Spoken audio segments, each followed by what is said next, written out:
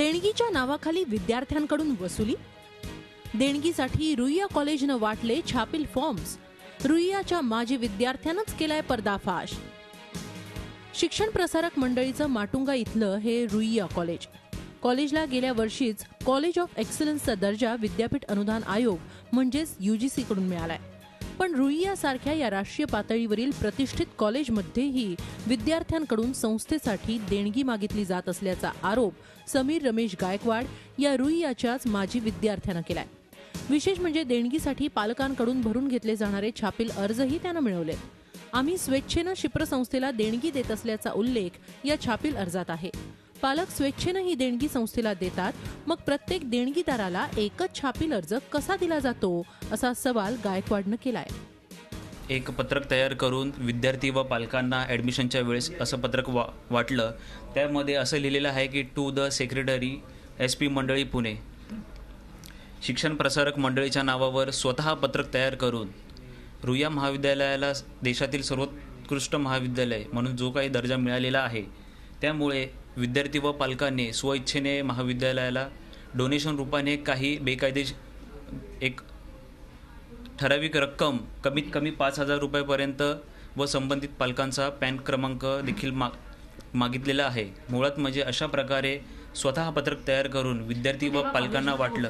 या प्रकाराची शहानिशा करण्यासाठी आम्ही कॉलेज कॅम्पसमध्ये गेलो, तेव्हा सध्या रुईयात शिकत असलेल्या विद्यार्थ्यांनीही शिक्षण प्रसारक मंडळीच्या नावानं देणगी मागितली जात असल्याची कबुली दिली. आता जेव्हा फर्स्ट इयर BScचा रिझल्ट लागला त्यावेळेस पालकांची आणि विद्यार्थ्यांची एकत्रित संयुक्त बैठक झाली होती आणि त्यात स्वतः प्राचार्यांनी आवाहन केलं होतं असं की 5,000 रुपये तरी तुम्ही दान म्हणून सहयोग राशी देण्यात यावी. प्रिन्सिपल म्हणजे आमचे प्राचार्य ज्या वेळेला आमच्याशी या फॉर्मविषयी प्रामुख्याने बोलतात वेगळ्या वेगळ्या मीटिंग्सना, तेव्हा त्यांच्याही बोलण्यातनं कधी कोणत्याही प्रकारच्या कंपल्शनबद्दल बोलण्यात आलं नाही. तर त्यांनी एक प्रकारे आम्हाला समजावलं की अशा प्रकारचे इन्स्टिट्यूट चालवताना कोणत्या कोणत्या प्रकारचे खर्च होतात आणि कोणत्या कोणत्या प्रकारची वेगळी आव्हानं असतात. तर ती पेलण्यासाठी थोडंसं सहकार्य पालकांकडून पण या फॉर्मच्या स्वरूपात मिळावं, अशा प्रकारचं एक विनम्र आवाहन त्यांनी केलं होतं. वहाँ पे उन्होंने बोला था कि उनका जो अभी जो लाइब्रेरी बन रहा है तो उसमें कॉलेज के पास फंड नहीं है, तो वो बनाने के लिए उनको पैसा चाहिए और इसके लिए वो सबसे पेरेंट्स लोग से बोल रहे थे कि आप हेल्प करो ताकि हम और अच्छे से इसका इंफ्रास्ट्रक्चर अच्छा कर सके. ये बिल्डिंग बहुत पुराना है, ऐसा ऐसा वो बोल रहे थे. या विरोधात समीर गायकवाडनं मुंबई विद्यापीठ, धर्मादाय आयुक्त तसंच सरकार दरबारी पुराव्यासहित लेखी तक्रारी केल्या. पण 1 वर्ष उलटलं तरी त्याला न्याय मिळालेला नाही. गायकवाडच्या तक्रारीनुसार या प्रकरणी मुंबई विद्यापीठानं सत्यशोधन समिती नेमली. मात्र कॉलेज नियमानुसार फी आकारत असून पालकांनी स्वेच्छेनं देणगी दिल्याचं या समितीच्या अहवालात नमूद करण्यात आलंय.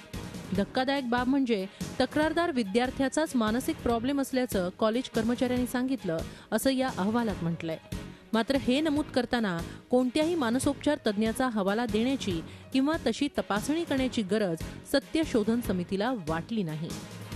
दरम्यान देणगी स्वीकारण्याची ही पद्धत चुकीची असल्याचं मत मुंबई विद्यापीठाच्या कुलसचिवांनी आणि UGCच्या माजी संचालकांनी व्यक्त केलंय. तशा प्रकारच्या प्रक्रिया महाविद्यालयामध्ये होऊ नये. संस्थेचा जो काही प्रकार आहे ते त्यांनी संस्थेच्या ऑफिसमध्ये करावा अशी आमची अपेक्षा आहे. त्यासंबंधी जर आमच्याकडे काही लेखी तक्रार आली तर योग्य प्राधिकरणाच्या माध्यमातून तेथे कारवाई करण्यात येईल. आता प्रत्येक विद्यार्थ्याला असं सांगावं का, त्यांच्याकडनं घ्यावं का, तर हे काही शिक्षण क्षेत्रामध्ये योग्य वाटत नाही. तेव्हा अशी जाहिरात देणं, प्रत्येकाला द्या असं म्हणणं, हे तसं काही बरोबर वाटत नाहीये. यापूर्वी 2005 सालीही अशाच प्रकारची तक्रार आली होती. त्यावेळी विद्यार्थ्यांकडून वसूल केलेली 15,000 रुपयांची अतिरिक्त फी रुईयाला परत करावी लागली होती, असं बुकटूचे उपाध्यक्ष बाळासाहेब साळवेंनी सांगितलं. BMMच्या विद्यार्थ्यांकडून त्यांनी जादा पैसे घेतले होते आणि त्यामुळे अमरजीत सिंग मन्हास यांच्या अध्यक्षतेखाली जी समिती गेली होती त्यामध्ये मी होतो आणि त्या विद्यार्थ्यांचे सर्व पैसे चेकने प्राचार्य साने असताना आम्ही ते वाटले. दरम्यान उच्च शिक्षण सहसंचालक मंजुषा मुळवणे यांनीही 3 नोव्हेंबर 2014 रोजी रुईया कॉलेजकडे याबाबतचा खुलासा मागितला होता. पण 5 महिने उलटले तरी कॉलेजनं अद्याप उच्च शिक्षण विभागाला खुलासाच सादर केलेला नाही. या सर्व प्रकाराबाबत आम्ही शिक्षण प्रसारक मंडळीकडे विचारणा केली तेव्हा संस्थेने काय खुलासा केलाय तो पहा.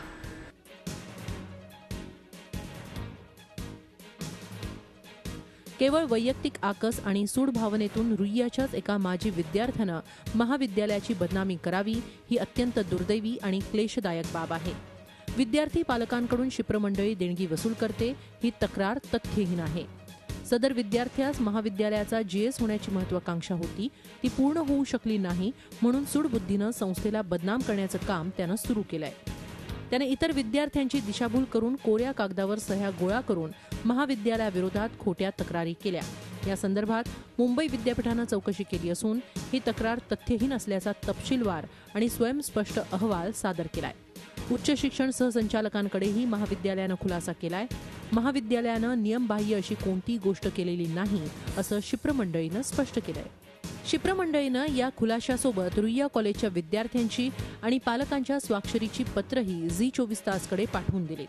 समीर गायकवाड हा माजी विद्यार्थी रुईया कॉलेजच्या बदनामीसाठी आमच्या सह्यांचा गैरवापर करत असल्याचं त्यांनी या पत्रांमध्ये नमूद केलंय. शिक्षण मंत्री विनोद तावडे यांनी शिक्षण प्रसारक मंडळीच्या कारभाराची चौकशी करण्याची घोषणा केली आहे. ही चौकशी जर तात्काळ झाली तर दूध का दूध और पानी का पानी व्हायला वेळ लागणार नाही. शैलेंद्र परांजपेसह दीपाली जगताप पाटील, झी मीडिया, मुंबई. झी 24 तास रहा एक पाऊल पुढे.